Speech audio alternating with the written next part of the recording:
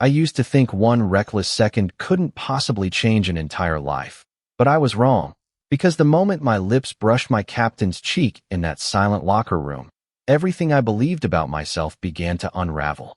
The echo of the closing door still rang in my ears as I stumbled backward, every muscle frozen in disbelief at what I had just done. My name is Noah Carter, and until 10 seconds earlier, I had been nothing more than another college basketball player trying to survive senior year, keep my scholarship, and avoid disappointing everyone who believed I could become something greater. Ethan Brooks was different. He wasn't just our captain.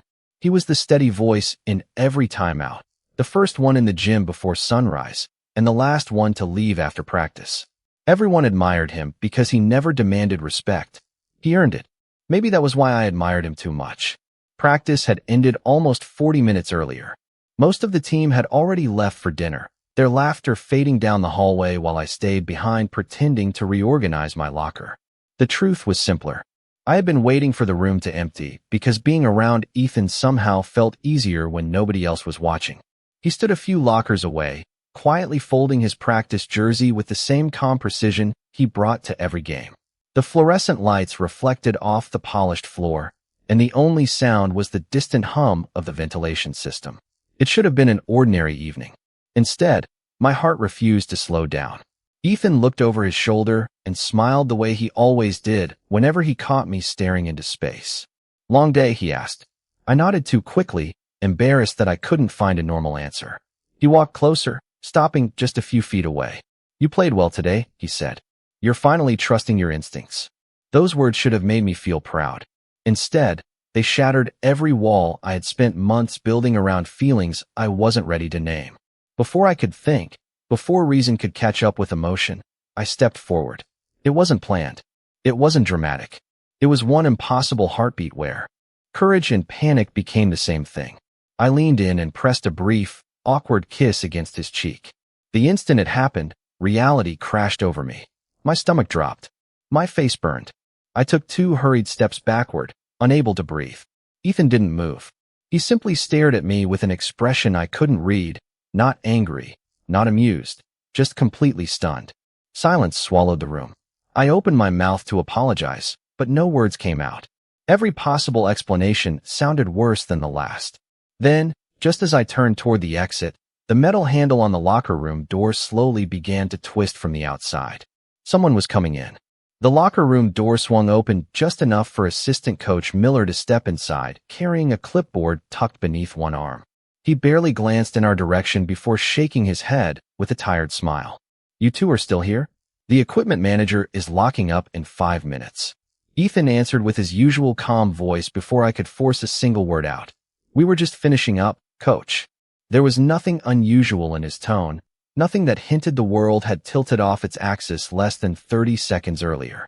Coach Miller nodded and disappeared as quickly as he had arrived, the heavy door clicking shut behind him. Relief should have washed over me, but instead an even heavier silence settled between us. I grabbed my backpack so fast that one of the zippers caught on the metal bench. "I am sorry," I blurted out, finally finding my voice. "I do not know why I did that." Ethan looked at me for a long moment, his expression impossible to read beneath the bright fluorescent lights. "Noah." He spoke my name gently, almost carefully. "Go home. We can talk later." Later. That single word echoed in my mind all night. It sounded neither like forgiveness nor rejection. It was simply unfinished. I barely slept. Every time I closed my eyes, I replayed the same impossible moment, searching for some explanation that made sense. By sunrise, I had convinced myself that Ethan probably regretted ever speaking to me outside basketball. The next afternoon, I arrived at practice nearly 20 minutes early just to avoid walking in beside him. I changed faster than anyone else and headed straight to the court, pretending to focus on free throws while my thoughts drifted somewhere else entirely. When Ethan finally entered the gym, the entire team greeted him with their usual energy. He laughed at one of Tyler's jokes, high-fived Marcus after a 3-point contest, and reviewed practice plans with Coach Daniels exactly as he always did. Nothing about him had changed. That somehow made everything worse. During drills, I deliberately rotated to the opposite side of every scrimmage whenever possible. If Coach assigned Ethan to demonstrate a play beside me, I volunteered to switch positions with another teammate before he even finished explaining the drill. After nearly an hour of this awkward dance, Coach Daniels blew his whistle. "Noah, you have been distracted all afternoon. That is not like you." I muttered an apology and promised to focus. Across the court, I caught Ethan watching me for only a second before he looked away. There was no frustration in his face, only quiet concern. Practice ended with conditioning laps around the gym. My legs felt heavier with every lap, not because I was tired, but because avoiding someone required more energy than facing them. As everyone packed up to leave, I slipped toward the side exit, hoping nobody would notice. "Noah." Ethan's voice stopped me before I reached the door. Every teammate kept walking, too busy arguing about dinner plans to pay attention. I turned slowly, expecting disappointment. Instead, Ethan held out my water bottle. I had forgotten it beside the bench. "You left this," he said with the same calm smile he had worn 100 times before. Our fingers brushed for less than a second as I took it back. "Thank you," I whispered. He nodded once, then added quietly enough that only I could hear, "Running away is not going to make yesterday disappear." I stood frozen as he walked toward the parking lot, leaving me with a sentence that somehow felt far more terrifying than the silence we had shared the night before. The next morning, I made a promise to myself that sounded simple enough. I would keep my head down, focus on basketball, and pretend nothing had ever happened. It lasted less than 5 minutes. The moment I stepped into the gym, I noticed Ethan already there, standing alone beneath the basket with a ball spinning effortlessly on one fingertip. The early sunlight poured through the high windows, casting long shadows across the polished hardwood. He looked exactly the same as always, composed, focused, completely in control. I wished I knew how he did it. My own thoughts had become impossible to organize. Every ordinary moment now carried a hidden meaning. If he nodded at me, I wondered whether he was being polite. If he smiled, I questioned whether he pitied me. If he looked away, I convinced myself I had ruined everything. Practice began with defensive drills, and Coach Daniels divided us into pairs. My stomach tightened when he called my name beside Ethan's. For one terrible second I considered asking to switch partners again, but before I could speak, Coach folded his arms and gave me a look that made it clear there would be no excuses today. Ethan tossed me the basketball. "Ready?" he asked. His voice was steady, almost reassuring. I caught the ball awkwardly and nodded. We spent the next 20 minutes running the same passing drill over and over. He corrected my footwork with calm instructions, praised good decisions, and never once mentioned what had happened after practice 2 nights earlier. The silence should have felt uncomfortable, yet somehow it gave me room to breathe. As the session continued, I caught glimpses of the captain everyone admired. He stayed behind to help freshmen who struggled with plays. He picked up stray towels left on the bench without being asked. He thanked the student manager who refilled the water coolers while most players walked past without noticing. Watching him made one question echo louder inside my head.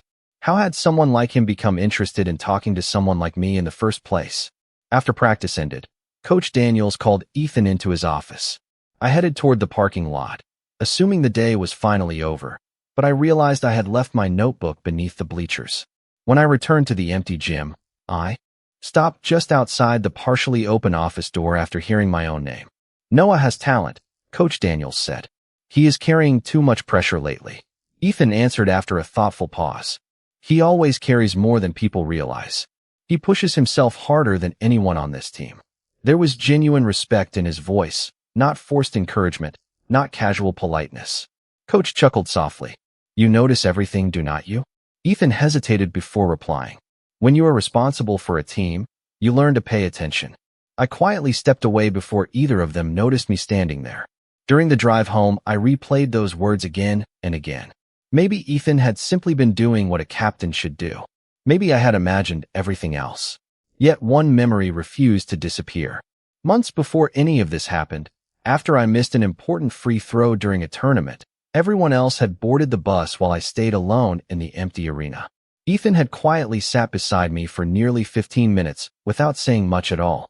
At the time, I thought he was only looking after a teammate. Now I wondered if there had always been something deeper hidden beneath those quiet moments, something neither of us had been brave enough to understand until it was already impossible to ignore.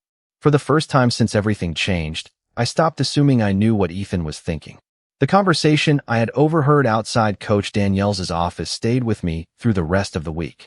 It was not only what he had said, it was how naturally he had said it, as though believing in me required no effort at all. That quiet confidence made it even harder to understand why he had never brought up the moment that continued to haunt every thought I had. Friday afternoon brought unexpected news.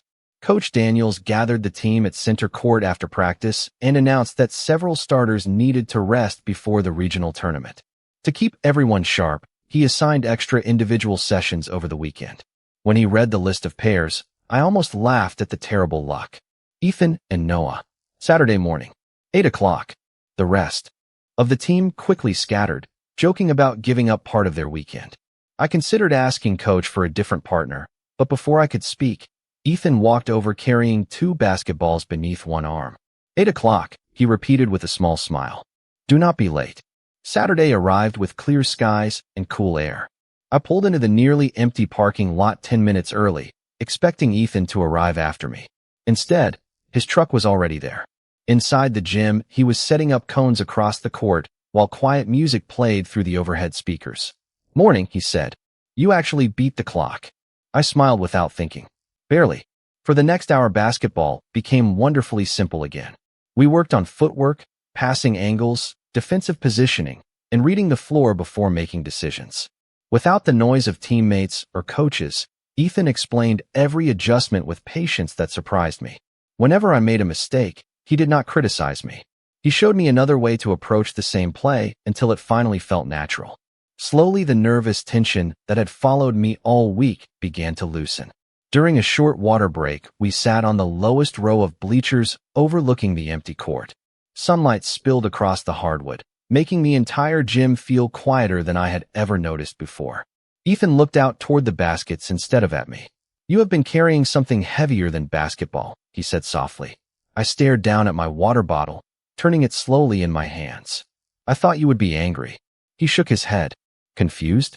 Yes. Surprised? Definitely. Angry? No. I finally looked up. There was no judgment in his eyes, only honesty. Then why have you acted like nothing happened? He took a slow breath before answering. Because I did not want one unexpected moment to decide everything before either of us understood it. His words settled quietly between us. They did not solve every question in my mind, but they removed the fear I had been feeding all week. Before either of us could continue, the gym door opened and 2 members of the women's volleyball team walked in carrying equipment for afternoon practice. Ethan stood and picked up the basketballs. Come on, he said with an easy grin. First one to make 10 free throws buys coffee. I laughed for what felt like the first genuine time in days and followed him back onto the court, unaware that one of my teammates had just stepped into the hallway outside, paused for a moment after hearing our voices, and quietly watched us through the narrow window in the gym door before walking away without saying a word. By Monday morning, the quiet rhythm we had found during our weekend practice was already beginning to slip away. At first, it was nothing more than small changes that most people would never notice. Conversation stopped a little too quickly when I walked into the locker room. A few teammates exchanged knowing smiles before looking in another direction. Tyler, who usually asked me to warm up together, suddenly decided Marcus was a better partner. I tried convincing myself I was imagining everything, but the uneasy feeling followed me through every drill. During water breaks, I caught someone glancing toward Ethan and then toward me before whispering to another player.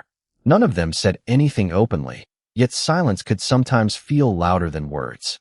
Ethan either did not notice or pretended not to. He continued leading practice exactly as he always had, correcting defensive rotations, encouraging younger players, and keeping everyone's attention fixed on the upcoming regional tournament. I admired how steady he remained, but I wished I knew whether he truly had no idea what was happening around us. The answer arrived 2 days later. Practice had just ended when I headed toward the equipment room to return a resistance band Coach Daniels had asked me to put away. As I rounded the corner, I heard familiar voices drifting from the hallway. Have you noticed those 2 lately? Marcus asked quietly. They are always staying after practice. Another teammate answered with a shrug. Maybe the captain is just helping him improve. Marcus laughed softly. Maybe. Or maybe there is something else going on. I stopped walking. My heartbeat became the only sound I could hear. Before I could decide whether to leave, Ethan stepped into the hallway from the opposite direction. The conversation ended instantly. Marcus forced an awkward smile and mumbled something about grabbing dinner before hurrying away with the others. Ethan watched them disappear before looking back at me. He did not ask how much I had heard because the answer was written across my face. We walked toward the parking lot without speaking. The cool evening breeze carried the smell of freshly cut grass from the athletic fields, but even the familiar campus felt strangely unfamiliar now. Finally, I broke the silence. They think something is happening. Ethan kept his eyes on the sidewalk. People usually create stories when they do not have facts. What if the stories get worse? I asked. He slowed his pace before answering. Then we deal with them honestly, not fearfully. I wanted to believe him, but fear had already settled deep inside me. Basketball had always been the place where I felt most certain of who I was. Now every practice felt like walking across thin ice, wondering which step might cause everything beneath me to crack. The next afternoon, Coach Daniels announced that scouts from several professional organizations would attend our regional tournament. Excitement spread through the entire gym, yet I noticed one teammate looking toward Ethan and then quietly shaking his head with a smile that felt impossible to understand. After practice, I packed my bag as quickly as I could, hoping to leave before anyone started another whispered conversation. Just as I reached the locker room door, Tyler called out behind me, "Hey Noah." I turned, expecting another casual question about practice. Instead, he looked at me for a long second before asking, "Can I ask you something about you and Ethan?" My breath caught before I could answer. Tyler shifted his weight uneasily before speaking again. "I am not trying to start trouble," he said. "I just wanted to make sure everything is okay. People have been talking." I forced a smile that felt far less convincing than I hoped. "There is nothing to talk about. Ethan has just been helping me improve." Tyler studied my face for another moment before giving a slow nod. "That is what I figured. Just be careful." Rumors spread fast around this team, especially before tournament season. He walked away, leaving me standing alone beside the lockers with a strange mixture of relief and dread. He had not accused me of anything, yet the warning lingered in my mind for the rest of the evening. The following morning, Coach Daniels called Ethan into his office before practice even began. Nobody seemed surprised except me. From across the gym, I watched the office door close, and for nearly 20 minutes Ethan did not come back out. When he finally returned, something had changed. His expression remained calm, but there was a distance in his eyes that had not been there before. During warm-ups, he focused entirely on directing the team.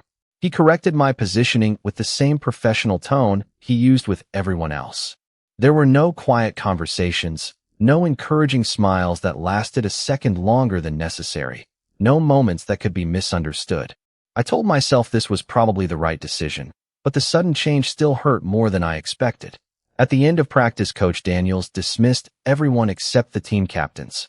I packed my bag slowly, hoping Ethan might say something before I left, but he never looked my way. The next several days followed the same pattern. We practiced together, yet it felt as though an invisible wall had appeared between us. Whenever I approached, another teammate somehow joined the conversation. Whenever we finished drills, Ethan immediately found another responsibility. He was never rude. He was simply unreachable. My confidence began slipping on the court. Simple passes became rushed. Open shots bounced off the rim. During one scrimmage, I hesitated just long enough for the opposing team to steal the ball. Coach Daniels blew his whistle sharply. "Noah, what happened to your instincts? You are thinking instead of playing." I apologized, but I knew basketball was not the real problem. After practice, I sat alone in the nearly empty bleachers, staring at the court while the maintenance crew swept the floor. I wondered if keeping my distance from Ethan was exactly what he wanted. Maybe Coach had noticed the rumors and warned him to protect the team. Maybe he had realized being close to me was becoming a distraction. Maybe that conversation in the locker room weeks ago had only complicated his final season as captain. I was so lost in thought that I did not hear someone sit down beside me until a familiar voice quietly broke the silence. "You always come here when something is bothering you." I turned. It was Assistant Coach Miller holding 2 paper cups of coffee. He handed one to me before looking across the empty gym. "You know," he said thoughtfully, "leadership is harder than most people realize. Sometimes the strongest thing a captain can do is step back from someone he wants to help because he believes it protects the whole team. My chest tightened as those words settled in. Before I could ask what he meant, Coach Miller stood, smiled gently, and walked away, leaving me with more questions than answers just as my phone vibrated with a new message from an unknown number that simply read, "Meet me at the old practice court tonight. Please come alone." The message stayed on my screen for nearly a full minute before I finally slipped my phone back into my pocket. I did not recognize the number, yet somehow I already knew who had sent it. The old practice court sat behind the original athletic building, a place the university rarely used anymore except for occasional conditioning drills. By the time I arrived, the sun had already disappeared beyond the campus skyline, leaving only the soft glow of parking lot lights stretching across the cracked pavement. Ethan was standing beneath one of the aging backboards with his hands tucked inside his jacket pockets. For several seconds, neither of us spoke. The silence felt different this time. It was no longer awkward. It was simply honest. "Thank you for coming," he said quietly. I looked at him, searching for the distance that had separated us all week, but tonight it was gone. "Coach talked to you, did he not?" I asked. He nodded once. He noticed the rumors before I did. I lowered my eyes toward the faded three-point line. "Did he tell you to stay away from me?" Ethan let out a slow breath. He reminded me that a captain is responsible for the entire team. He said even innocent moments can become distractions if people stop focusing on basketball. I forced a small smile that quickly disappeared. "So you decided he was right?" "I decided protecting you mattered more than making myself feel better," he answered. His words caught me completely off guard. I looked back up at him. "Protecting me?" Ethan stepped closer, leaving several feet of respectful space between us. "Noah, I have spent months trying to convince myself that what I felt was only admiration for a hard-working teammate. Then that night happened, and suddenly I could not pretend anymore. But the moment people started talking, I realized every rumor would land on you first, not me. You are still building your future. I could not let my feelings become something that damaged your reputation or your confidence." My throat tightened. "Do you really think avoiding me made things easier?" He smiled sadly. "Not for a single day." We stood there listening to the distant sounds of traffic beyond campus. The old scoreboard above the court had not worked in years, yet somehow it reminded me that not everything important could be measured by numbers. "I thought you regretted everything," I admitted. Ethan shook his head immediately. "I regretted making you believe you were alone. For the first time since this impossible journey began, I felt the weight inside my chest begin to lift." We talked for nearly an hour, not about romance or rumors, but about graduation, family, childhood dreams, and the strange pressure of always trying to become the person everyone expected us to be. The conversation felt natural, as though we were finally meeting each other without fear. Before we left, Ethan looked toward the empty court and quietly said, "After the tournament is over, we owe ourselves an honest conversation about whatever this becomes. Until then, we play for the team." I nodded because I understood exactly what he meant. We walked back toward our cars separately, agreeing without another word to keep our promise. The next evening, the regional tournament finally began, and as thousands of fans filled the arena while college scouts lined the front rows with clipboards in hand, Coach Daniels gathered us into one final huddle before tip-off and said something that made every player fall completely silent. "Tonight," he said, "someone in this room is going to make a choice that will define far more than this game." The arena had never sounded louder. Every seat seemed filled, every cheer echoing through the building like rolling thunder. Yet once the opening whistle blew, the noise disappeared from my mind. All I could see was the hardwood floor beneath my shoes, the basket at the opposite end of the court, and the teammates depending on one another for the biggest game of our season. Ethan gathered us into one final circle before we took our positions. He looked at each of us individually, his steady eyes carrying the same calm confidence that had guided this team for years. "Trust each other," he said. "Do not play afraid. Play together." Those simple words settled every nervous thought racing through my mind. The game was faster than anything we had faced all year. Every possession mattered. Every rebound felt like it could change the outcome. The scouts sitting courtside scribbled notes after nearly every play, reminding us that this was about more than one championship. It was about futures. Late in the second half, the score remained tied. I drove toward the basket after receiving a pass from Marcus, but two defenders closed the lane before I could finish the play. I landed awkwardly after releasing the ball, and a sharp pain shot through my ankle. It was not unbearable, but it was enough to make me lose my balance. The whistle blew immediately. Before anyone else reached me, Ethan was already there, kneeling beside me with genuine concern written across his face. "Do not try to stand yet," he said quietly. "Take a breath." Around us, the trainers hurried onto the court while thousands of spectators watched in complete silence. I looked at Ethan and realized he was no longer thinking about rumors, appearances, or what anyone might assume. In that moment, he was simply making sure I was all right. After the trainer checked my ankle, he smiled and assured us it was only a mild twist. I stood carefully, tested my weight, and nodded that I could continue. Ethan did not argue. Instead, he placed a reassuring hand against my shoulder for just a brief second before returning to his position. It was an ordinary gesture, the kind teammates shared every day, yet somehow it carried every conversation we had been afraid to finish. We returned to the game with renewed determination. Minutes later, Ethan intercepted a pass near midcourt and immediately found me cutting toward the basket. I caught the ball, remembered every lesson he had patiently taught me during those quiet morning practices, and finished the play with confidence. The crowd erupted. We never looked back. When the final buzzer sounded, our bench exploded with celebration. Players hugged one another, coaches laughed with relief, and cameras flashed from every direction. Hidden inside all the excitement, Ethan found me near the edge of the court. "You trusted yourself," he said with a proud smile. I laughed. Someone finally convinced me to. We walked together toward the tunnel leading back to the locker rooms, while the rest of the team greeted family members waiting near the stands. The hallway was almost empty. Ethan stopped walking and looked at me with the same quiet honesty I had first seen on that abandoned practice court. "The tournament is over," he said softly. I made myself a promise that when this day finally came, I would stop hiding the truth from both of us.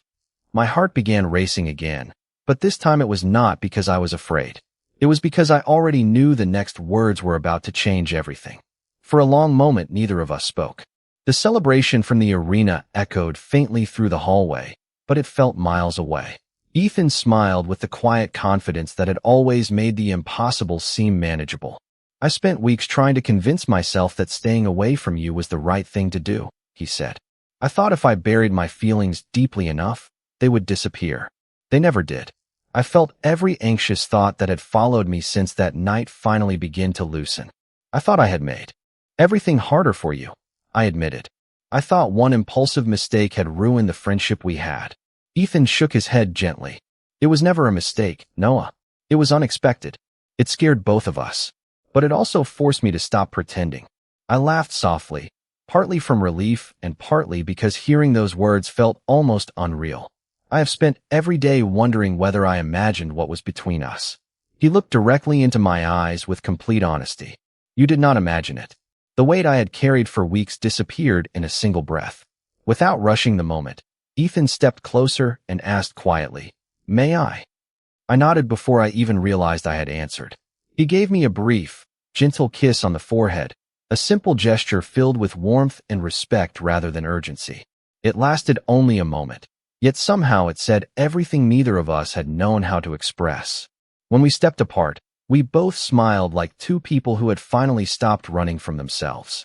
A few minutes later, the rest of the team burst into the hallway, laughing, celebrating, and carrying the championship trophy from one player to another. Tyler spotted us, standing together, and grinned. "There you two are?" Coach is looking for everyone before the team photo. Ethan answered with his usual calm smile. "We are coming." Nothing about Tyler's expression suggested judgment. If he noticed anything different between us, he chose kindness over curiosity. The team gathered at center court one final time as photographers arranged everyone into rows. Coach Daniel stood beside the trophy and looked proudly across the group. "This season was never just about winning games," he said. "It was about becoming people who trust one another when things become difficult. That lesson will stay with you much longer than any championship banner." His words settled deeply inside me because I knew they were true. Graduation arrived several weeks later. Ethan accepted his diploma first, earning a standing ovation from teammates, professors, and family members who recognized everything he had given to the program. Before leaving campus, He handed me the captain's wristband he had worn during every game that season. "You are ready now," he said. "Not because you play perfectly, but because you know how to care about the people beside you." The following fall, I walked into the same gym wearing that captain's wristband for the first time. New players filled the locker room with the same nervous excitement I had once carried. As I looked around, I realized how much had changed. Fear no longer decided my choices. Weeks later, Ethan returned to campus to watch our home opener from the front row. When the final buzzer sounded and we celebrated another hard-earned victory, I found him waiting near the tunnel with the same warm smile that had quietly changed my life. I finally understood that courage was not found in dramatic moments or perfect words.